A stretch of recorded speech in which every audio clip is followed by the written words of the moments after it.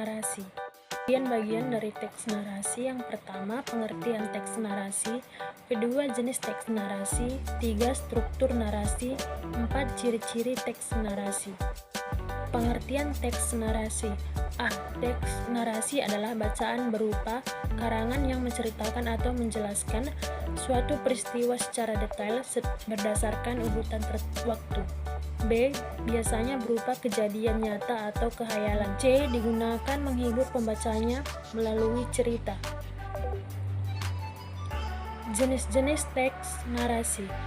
1. Narasi ekspositori adalah teks narasi yang dibuat secara detail, jelas, dan mudah dipahami. 2. Narasi artistik adalah berupa imajinasi yang digunakan menghibur pembacanya. 3. Narasi sugestif adalah teks narasi yang dibuat dengan tujuan tertentu supaya pembaca mampu seolah melihat dan mempercayai isi bacaan. Struktur teks narasi. 1.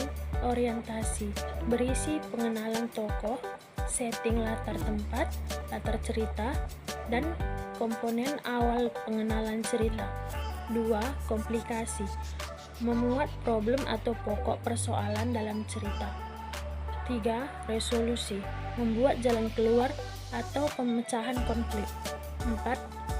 Koda, yaitu bagian akhir karangan cerita.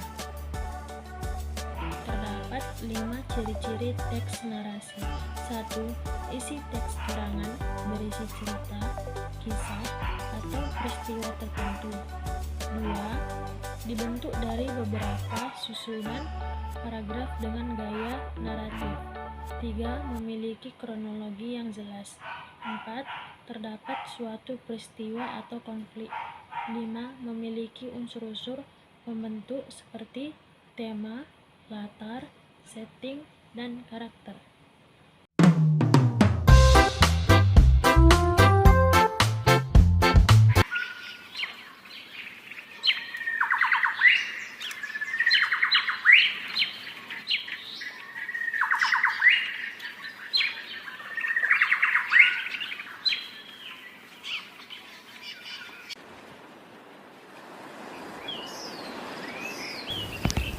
Pada suatu hari, ada seekor kura-kura.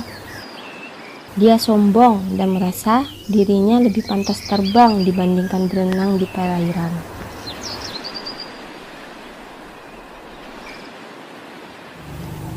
Dia jengkel karena memiliki tempurung keras yang membuat tubuhnya terasa berat. Dia pun kesal melihat kawan-kawannya sudah berpuas diri dengan berenang. Saat melihat burung yang bebas terbang di langit, kejengkelannya kian bertambah.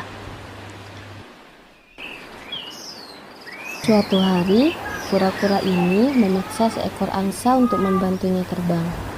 Si angsa berpikir, apakah bisa kura-kura terbang tanpa sayap?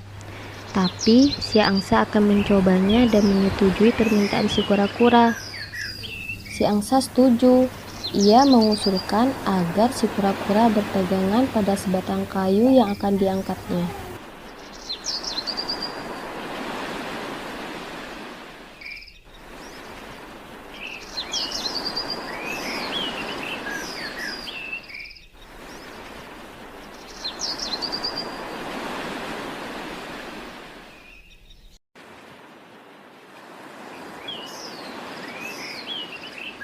Karena tangan kura-kura agak lemah, ia menggunakan mulutnya yang lebih kuat. Ia pun akhirnya bisa terbang dan merasa bangga. Melihat teman-temannya yang tengah berenang, ia pun menyombongkan diri. Ia lupa bahwa mulutnya harus terus dipakai untuk menggigit kayu. Ia pun terjatuh dengan keras.